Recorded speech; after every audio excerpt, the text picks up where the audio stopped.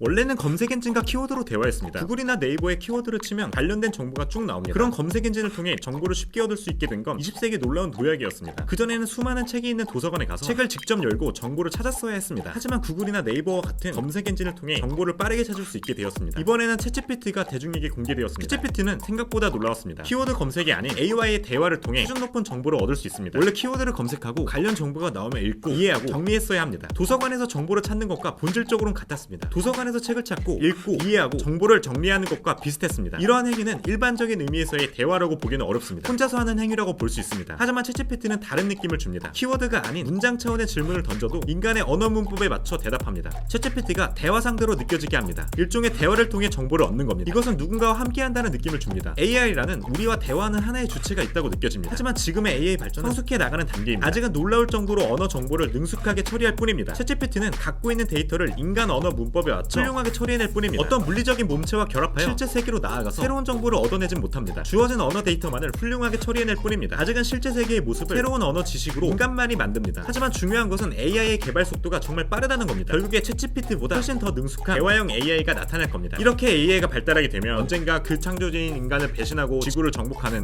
SF 영화의 줄거리가 떠올리기도 합니다. 언젠가 AI 로봇이 자신들을 존중해달라고 주장할 수도 있지 않을까요? 인간과 똑같은 권리를 갖고 주민등록증을 발급해달라고 할 수도 있지 않을까요? 지금 듣기에는 정말 말이 안 되는 것처럼 느껴집니다. 이런 논의를 하기에는 너무 이른 것 같습니다. 마치 집에 있는 로봇 청소기가 우리에게 워라밸을 보장해달라고 하면 어쩌냐고 하는 질문과 같습니다. 우리는 당연히 기계가 어떤 권리를 가질 수 있다고 생각하지 않습니다. 기계가 내 거라면 그걸 해체하든 부수든 내 마음대로 할 수 있는 것이라고 생각합니다. 아이폰을 실수로 떨어뜨려 액정을 깨뜨렸다 해도 아이폰에게 미안하진 않습니다. 하지만 실수로 다른 사람의 발을 밟으면 미안하게 생각합니다. 조금은 근본적인 질문으로 나아가겠습니다. 왜 사람을 다치게 하는 것은 안 되지만 기계를 다치게 하는 건 괜찮다고 생각할까요? 그 이유에 대해서는 쉽게 답할 수 있습니다. 사람에게는 존중받아야 할 권리가 있기 때문입니다. 더 나아가 현대사회에서는 동물에 대한 권리도 주장합니다. 좀 더 고민해보겠습니다. 사람과 동물은 존중받아야 할 권리가 있지만 기계는 왜 존중받아야 할 권리가 없을까요? 사람과 기계는 무엇이 다른 걸까요? 그것에 대한 답은 다음과 같습니다. 우리에게는 정신, 즉 의식이 있지만 기계에게는 의식이 없습니다. 우리는 의식이 있어서 고통을 느낄 수 있고 그 고통을 피하려 합니다. 생존에 유리하도록 뇌가 고통을 피하고 쾌락을 좋아하도록 진화한 결과입니다. 그리고 내가 고통을 피하려 하듯이 다른 사람도 고통을 피하려 한다는 걸 압니다. 그래서 우리는 서로에게 이유 없는 고통을 주지 않기로 합니다. 그래야 공평하다고 생각하고 만족합니다. 이러한 생각으로부터 인간의 권리가 발명되었습니다. 한마디로 인간은 의식을 가지고 있어서 존중받아야 할 권리가 생겼습니다. 반대로 기계는 의식이 없기 때문에 존중받아야 할 권리가 없습니다. 아직 기계가 주민등록증을 받을 수 없는 건 기계에는 의식이 없기 때문입니다. 그래서 우리는 컴퓨터를 내 마음대로 해체하고 부수고 버릴 수 있습니다. 하루 종일 컴퓨터에게 일을 시킬 수 있습니다. 그렇다면 이런 질문도 할 수 있습니다. 먼 미래에 로봇이 정신을 가지게 된다면 그럼 로봇의 권리도 존중해줘야 할까요? 로봇이 의식을 가지게 된다면 우리와 공평하게 주민등록증을 발급해야 할까요? 어떤 신경과학자들은 AI에게도 정신을 만들어줄 수 있다고 합니다. 기본입자들의 상호작용을 통해 기계 또한 의식을 가질 수 있게 된다는 겁니다. 그런데 일단 의식이란 게 무엇일까요? 지난번 영상에서도 다루었지만 우리는 의식이 무엇인지 모릅니다. 의식이 무엇인지는 모르겠지만 우리에게 의식이 있다는 걸 확실하게 느끼고 있을 뿐입니다. 하지만 물질적인 것만으로 정신을 어딘가에 만들 수 있다는 일부